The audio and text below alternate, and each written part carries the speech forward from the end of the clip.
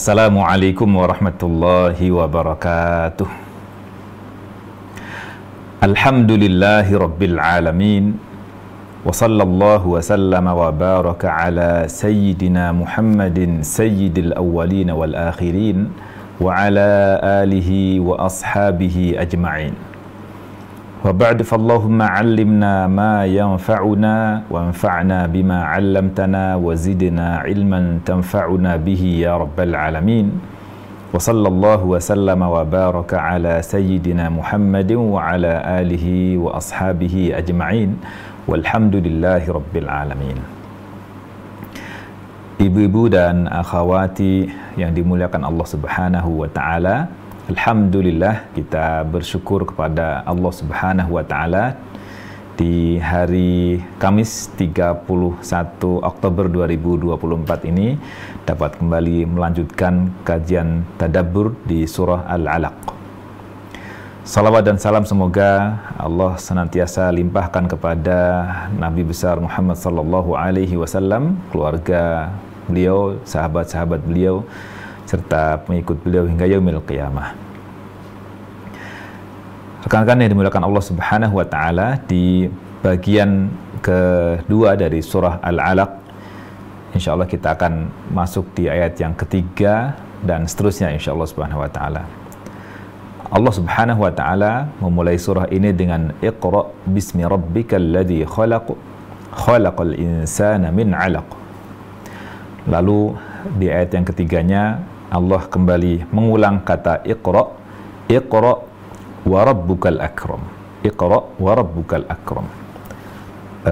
Iqra, bacalah. Tentu ada maksud, ada hikmah, ada pelajaran ketika Allah mengulang kata Iqra yang merupakan kata perintah. Secara konteks ayat Al-Quran, karena turun kepada Nabi Sallallahu Alaihi Wasallam, ini perintah kepada Rasulullah Sallallahu Alaihi Wasallam. Meskipun maknanya jauh lebih luas dan bisa perintah untuk kita sebagai umat beliau Sallallahu Alaihi Wasallam. Iqra wa rabbukal akram. Wa rabbuka al akram. Wa, ini wanya waw, namanya waw haliyah. Waw yang menunjukkan bahwa kalimat setelahnya adalah keadaan, kondisi yang ada. Wa rabbuka al-akram. Sedangkan Rabbmu, Tuhanmu adalah al-akram, yang maha pemurah, yang maha dermawan. Dalam terjemah yang kita dapat, yang maha mulia. Ya, Iqra wa rabbukal akram. Bacalah, sedang Tuhanmu lah yang maha mulia. Wa rabbuka al-akram. Di ayat yang pertama juga Allah telah menyebutkan tentang dirinya, Iqra bismi rabbika. Bismi rabbika, Iqra bismi rabbikal ladzi khalaq. Diulang kembali di sini, Iqra wa rabbukal akram. Karena Rabb, Tuhan sebagai pencipta, pemelihara, penjaga, pemberi rezeki, penguasa, ini yang dikenal oleh orang Arab pada masa itu, dan mereka mengakui bahwa pencipta jagat raya adalah Allah Subhanahu wa taala. Maka di sini juga Allah mengingatkan bahwa Rabb ini yang Rabbnya Rasulullah SAW, Allah Subhanahu wa taala itu al-akram, yang maha mulia atau maha pemurah atau maha dermawan. Iqra wa rabbukal akram. Tadi ditanyakan apa pengulang, ada maksud apa di pengulangannya. Insyaallah nanti kita akan bahas. Di tafsir, di Mukhtasar Tafsir Al-Quran, beberapa ulama yang menyusun kitab ini mengatakan makna dari Iqra wa rabbukal akram adalah Iqra ayyuhar rasul sallallahu alaihi wasallam ma yuhihi Allahu ilaik. Bacalah wahai Rasulullah sallallahu alaihi wasallam ma yuhihi Allahu ilaik, apa yang Allah wahyukan kepadamu, yaitu Al-Qur'an tentunya. Wa rabbukal akram. Karena sedangkan Rabbmu adalah yang maha mulia, maha dermawan, maha pemurah. Alladzi la yudani karamahu karimun. Yang kemuliaannya, pemurahnya, dermawannya itu tidak ada yang bisa menandinginya, tidak ada yang mendekatinya. Fahuwa katsirul judi wal ihsan. Allah Subhanahu wa taala itu teramat sangat pemurah kepada kita dan sangat baik, sangat bijak kepada kita. Ini makna Iqra wa rabbukal akram. Lalu kita bisa lihat juga di kitab Tafsir Al-Munir, Syekh Wahbah Az-Zuhaili rahimahullah ta'ala mengatakan Iqra wa rabbukal akram maknanya if'al ma umirta bihi minal qira'ah. Lakukan apa yang diperintahkan kepadamu, yaitu berupa qira'ah, membaca. Ya, lakukan membaca berdasarkan apa yang diperintahkan. Iqra. Wa rabbukal ladzi amaraka bil qira'ati huwal akram min kulli karimin. Dan Tuhanmu yang memerintahkanmu untuk membaca itu akram min kulli karimin. Dia yang paling dermawan di antara yang dermawan, yang paling mulia, yang maha pemurah di antara yang pemurah. Wa min karamihi, dan termasuk bagian dari kemuliaan dan pemurahnya Allah Subhanahu wa taala itu tamkinuka minal qiraati wa anta ummiyun. Allah Subhanahu wa taala menetapkan kemampuan membaca kepada Rasulullah SAW, kepada engkau, sedang engkau dalam keadaan ummi, dalam keadaan tidak bisa membaca dan menulis, buta huruf. Artinya Allah Subhanahu wa taala yang membuat Nabi mampu membaca. Meskipun membaca di sini tidak selalu membaca tulisan. Bisa membaca berdasarkan apa yang didengar, berdasarkan apa yang didikte. Dalam konteks Nabi Shallallahu alaihi wasallam, beliau tidak membaca tulisan tetapi membaca berdasarkan apa yang diwahyukan oleh Allah Subhanahu wa taala melalui Jibril alaihissalam. Wa innama karrara kalimata iqra litta'kid. Pengulangan kata iqra di sini pertama litta'kid, untuk menegaskan, sebagai penegas. Wali'an, itu yang pertama. Jadi Allah ulangi untuk menegaskan betapa pentingnya membaca, menunjukkan juga betapa bernilainya pekerjaan, aktivitas membaca itu. Maka diulanglah, menunjukkan betapa pentingnya membaca. Wali annal qira'ata la tatahaqqaq illa bitikrari wal i'adah. Di sisi yang lainnya, membaca itu tidak cukup dengan sekali, karena tujuan dari membaca itu tidak akan tercapai. Target dari membaca itu tidak bisa dicapai kecuali dengan tikror, dengan pengulangan wal i'adah, dan ya pengulangan juga. Jadi ada pengulangan, ada proses membaca dan membaca kembali. Jadi betapa banyak kandungan ilmu yang baru kita fahami, yang baru bisa kita serap, bisa kita maknai ketika kita mengulangi bacaan itu. Apalagi mengulangi atau mengulang bacaan Al-Quran.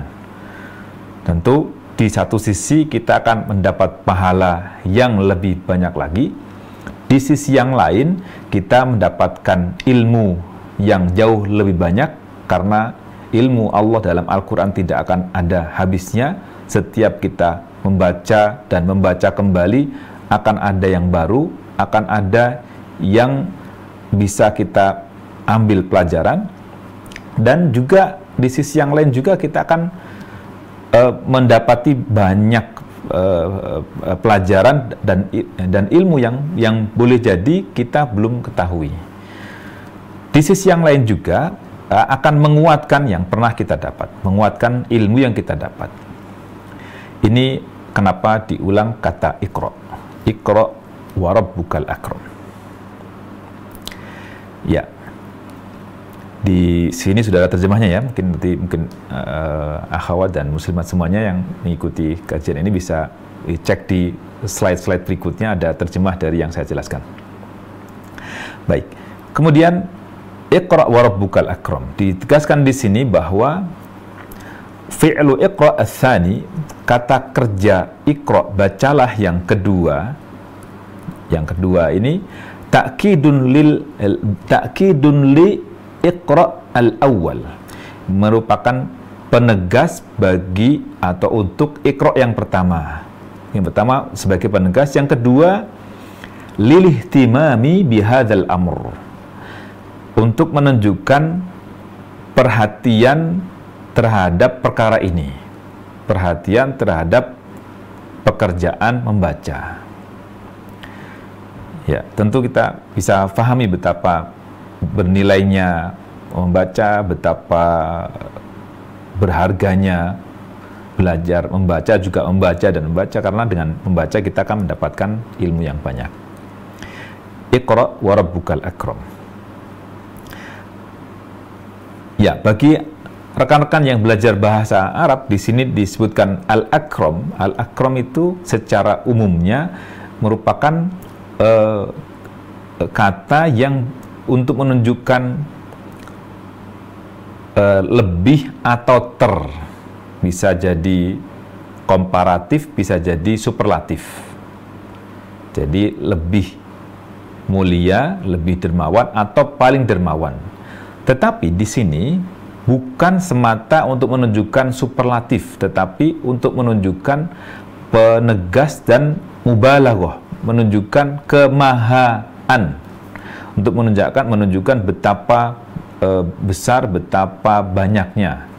Gitu, lil mubalaghah. Jadi hiperbola lah kurang lebih. Jadi menunjukkan lebihnya kedermawan Allah Subhanahu wa taala. Maka disebutkan di sini huwa akramul akramin. Allah Subhanahu wa taala yang paling dermawan, yang maha dermawan di antara yang dermawan. Katsirul karami yazidu karamuhu ala ayyi karim. Jadi Allah Subhanahu wa taala teramat banyak kemuliaan dan kedermawanannya, dan melebihi dibandingkan dengan yang lainnya. Demikian di tafsir Al-Quran Ats-Tsari disebutkan tentang makna Iqra wa rabbukal akram.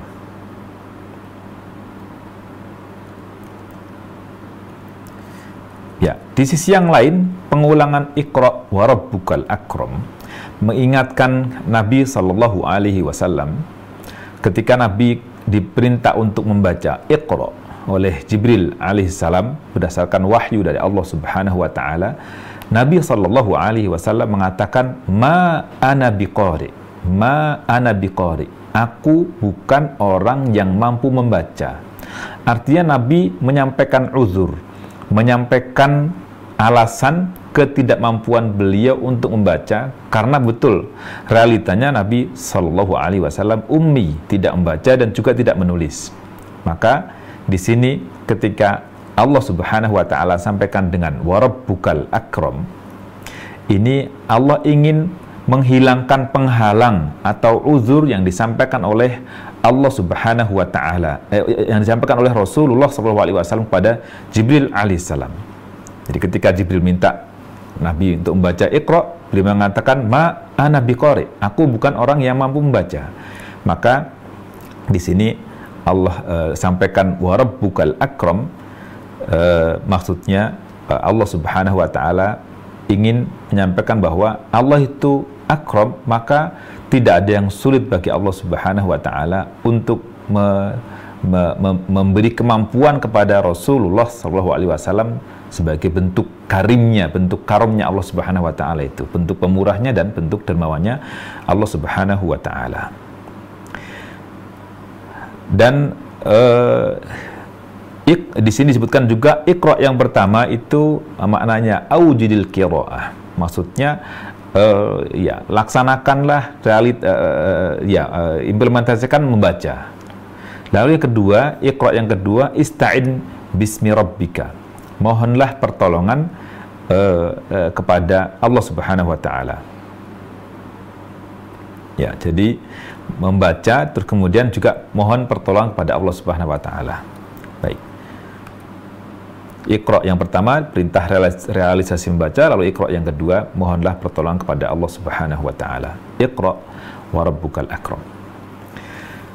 Rekan-rekan yang dimuliakan Allah Subhanahu wa taala, di hal yang lain berkaitan dengan Iqra wa rabbukal akram, mengingatkan kita dan menyampaikan pesan kepada kita agar kita bisa menghayati betapa besarnya nikmat karunia Allah Subhanahu wa taala. Boleh dibilang al-qiraah atau membaca ini sebagai bukti atau pengajaran Allah Subhanahu wa taala, kita bisa membaca dan menulis itu menunjukkan membuktikan bahwa Allah itu al-akram. Allah itu maha mulia, maha dermawan, maha pemurah. Maka Allah berikan fasilitas kepada kita untuk bisa membaca dan kemudian membuka cakrawala pengetahuan, wawasan kita semuanya dan mendapatkan banyak ilmu dengan proses membaca dan menuntut ilmu itu.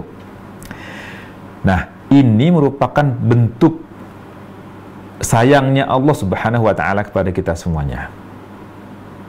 Sejak awal penciptaan Nabi Adam alaihissalam, Allah Subhanahu wa taala telah memberikan kelebihan pada Nabi Adam alaihissalam sebagai bapak kita semua sebagai manusia. Wa 'allama Adamal asma'a kullaha. Allah Subhanahu wa taala mengajari Nabi Adam semua nama yang ada, semuanya. Jadi Nabi Adam mengetahui seluk-beluk perbendaharaan jagat raya yang tidak diketahui oleh makhluk yang lain. Bahkan ketika malaikat diminta untuk bisa menyampaikan perbendaharaan yang ada pada waktu itu, malaikat tidak diberi kemampuan sebagaimana yang diberikan kepada Nabi Adam alaihissalam. Maka menjadi satu nikmat besar yang Allah berikan kepada kita semuanya sebagai anak cucu Adam, sebagai manusia, kemampuan untuk mengetahui banyak hal.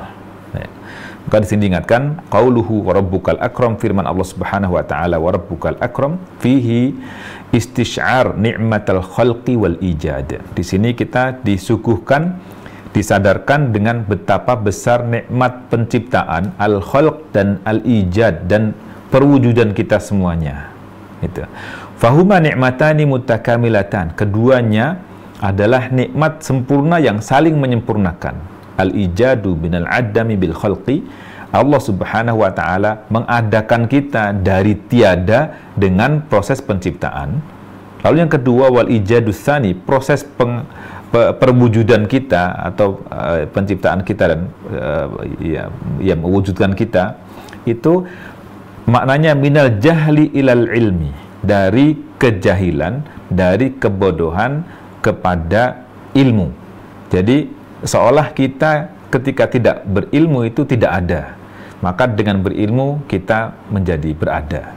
Wala yakunu hadza kulluhu illa minar rabbil akrami subhanah. Dan ini tidak bisa ada, tidak bisa terjadi semua ini kecuali dari Ar-Rabb, dari Allah Subhanahu wa taala yang maha mulia, yang maha dermawan, yang maha pemurah. Jadi semua ini adalah karunia dari Allah Subhanahu wa taala. Maka kalau kita perhatikan di doa yang Allah Subhanahu wa taala ajarkan kepada Rasulullah sallallahu alaihi wasallam, wa qul rabbi zidni ilma, wa qur rabbi zidni ilma. Dan katakanlah wahai Muhammad, rabbi zidni ilma, wahai Rabbku. Rabb yang disebutkan, Rabb Allah Subhanahu wa taala yang mengaruniakan ilmu itu, memberikan fasilitas mengajari kita semua itu, lah yang bisa mengaruniakan ilmu itu. Maka diperintahkan Rabbi zidni ilma, wahai Rabbku zidni ilma, tambahkanlah ilmu kepadaku.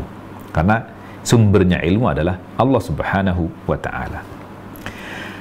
Baik.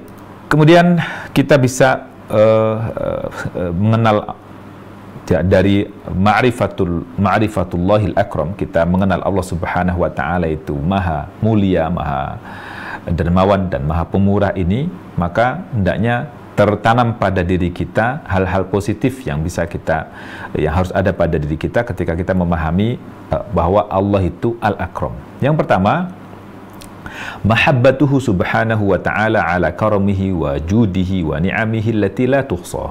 Kita mencintai Allah subhanahu wa ta'ala atas kemurahannya dan kedermawanannya dan segala nikmat yang tidak bisa dihitung. Maka kita mencintai Allah subhanahu wa ta'ala atas segala karunia dan pemberian ini. Yang kedua, al-haya'u minhu subhanahu wa ta'ala. Kita hendaknya malu kepada Allah subhanahu wa ta'ala, dan hendaknya kita wata'addubu ma'ahu wa raja'uhu ta'ala. Kita beradab kepada Allah subhanahu wa ta'ala dan senantiasa berharap kepadanya. Fama'ab kathrati ma'asi ibadihi, meskipun banyak sekali maksiat yang dilakukan oleh hamba-hambanya, fa innahu lam yamna' anhu ata'ahu wa judahu. Meskipun umatnya, hambanya banyak bermaksiat, tetapi Allah subhanahu wa ta'ala tidak menghalangi hambanya, tidak menghalanginya untuk memberi karunia kepada hamba-hambanya. Dia tetap sebagai Al-Akram, meskipun hambanya bermaksiat kepadanya, meskipun hambanya tidak taat kepadanya, meskipun hambanya durhaka kepadanya, tapi Allah tetap beri. Ini satu hal yang tidak dimiliki. Mungkin manusia tidak seperti ini. Orang punya dendam dikit aja udah nggak mau memberi. Ya. Jadi Allah subhanahu wa ta'ala tetap akram, tetap memberi fasilitas kepada hambanya, meskipun hambanya boleh jadi bermaksiat. Yang ketiga, at-ta'alluqu bihi wahdahu subhanahu wa ta'ala wa tawakkulu alaihi wa tafwidul umuri ilaihi. Berikutnya adalah kita menggantungkan diri kita hanya kepada Allah subhanahu wa ta'ala, karena dialah yang mengetahui segala hal, dialah yang memberi fasilitas sebagai Rabb tadi itu. Dan hendaknya kita tawakal hanya kepadanya, wa tawakkul alaihi wa tafwidul umuri ilaihi, dan kita serahkan segala perkara kepada Allah subhanahu wa ta'ala. Juga kita minta hajat-hajat kita kepada Allah. Kita berdoa memohon hanya kepada Allah subhanahu wa ta'ala. Wa talabul hajati minhu wahdahu subhanahu. Nggak minta kepada yang lain, hanya minta kepada Allah subhanahu wa ta'ala. Li'annahul karimul ladzi la hadda li karamihi.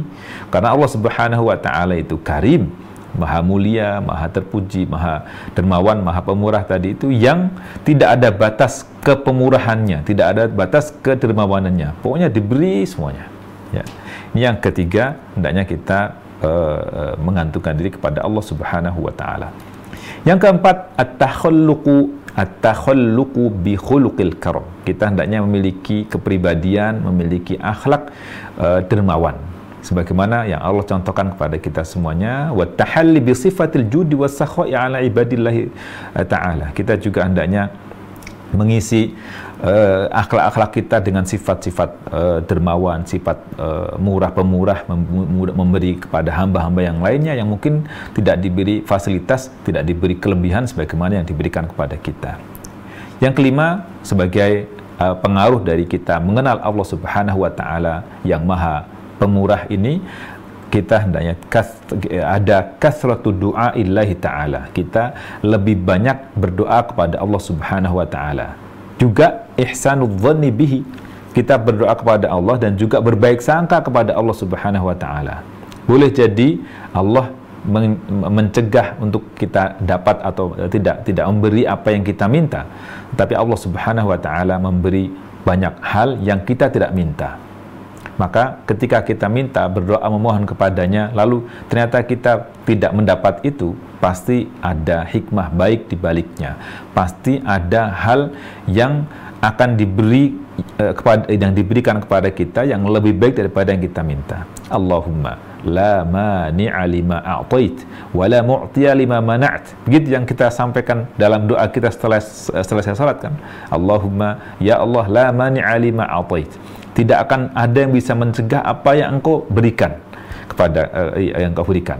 Begitu juga wala mu'tiya lima mana'at. Tidak ada yang bisa memberi apa yang kau cegah untuk bisa sampai kepada kita. Jadi apa yang Allah beri, apa yang kita terima, itu semata karena Allah mengizinkan meridhoi kita untuk mendapatkannya itu. Baik. Ini ada 5 pelajaran dari mengenal Allah Subhanahu wa taala sebagai Al-Akram. Iqra wa rabbukal akram.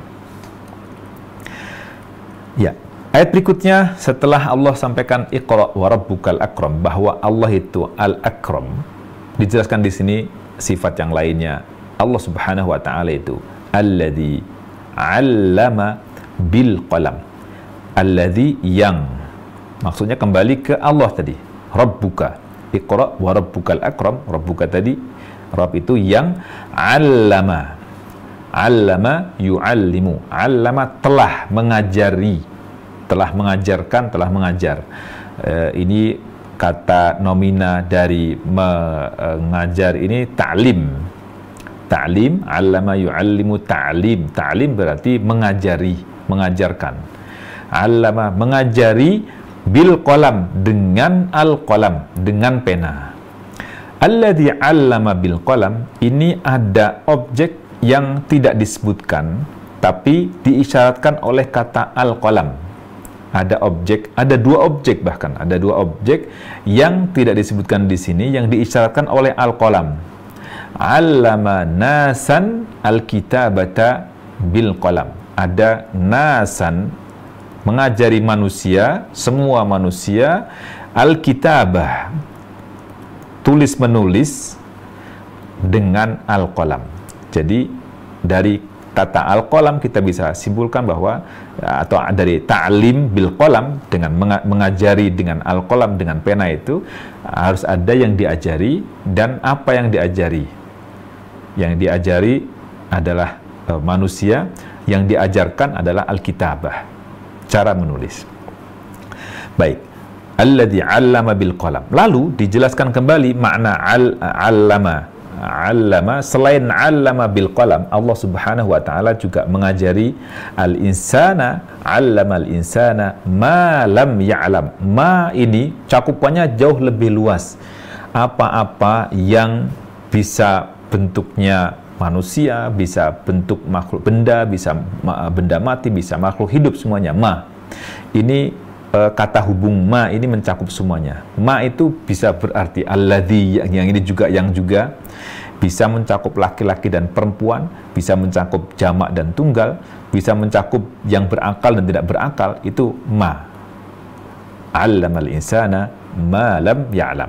Sementara alladzi hanya untuk laki-laki saja. Tapi kalau ma, kata hubung ma itu bisa laki-laki, bisa perempuan, bisa tunggal, bisa jamak, bisa berakal, nggak berakal, bisa benda, bisa makhluk hidup, semuanya gitu.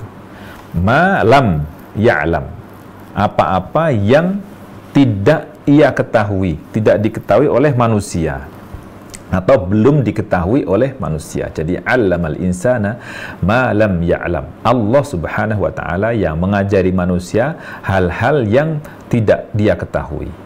Ya. Sebagaimana Allah tegaskan di surah An-Nahl, Allahul ladzi akhrajakum min butuni ummahatikum la ta'lamuna syai'a. Allah yang mengeluarkan kalian dari perut ibu kalian, la ta'lamuna syai'a, dalam kondisi tidak tahu apa-apa. Wa ja'ala lakumus sam'a wal absara wal af'idata la'allakum tashkurun. Lalu Allah Subhanahu wa taala jadikan untuk kalian pendengaran, penglihatan, mata hati, agar kalian bersyukur. Maka hakikatnya kita itu bodoh sebelum diajari. Kita tidak tahu sebelum diberitahu. Kita tidak berilmu sebelum menuntut ilmu. Maka orang yang tidak menuntut ilmu, orang yang tidak mencari ilmu, tidak akan berilmu dia. Maka di sini juga harus ingat juga, siapa yang beri ilmu adalah Allah Subhanahu wa taala.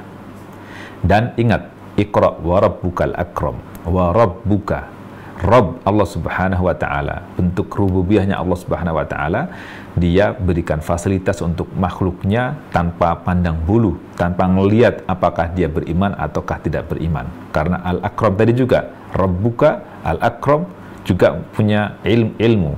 Ini menunjukkan betapa Allah Subhanahu wa taala maha penyayang, maha pengasih kepada semua makhluknya.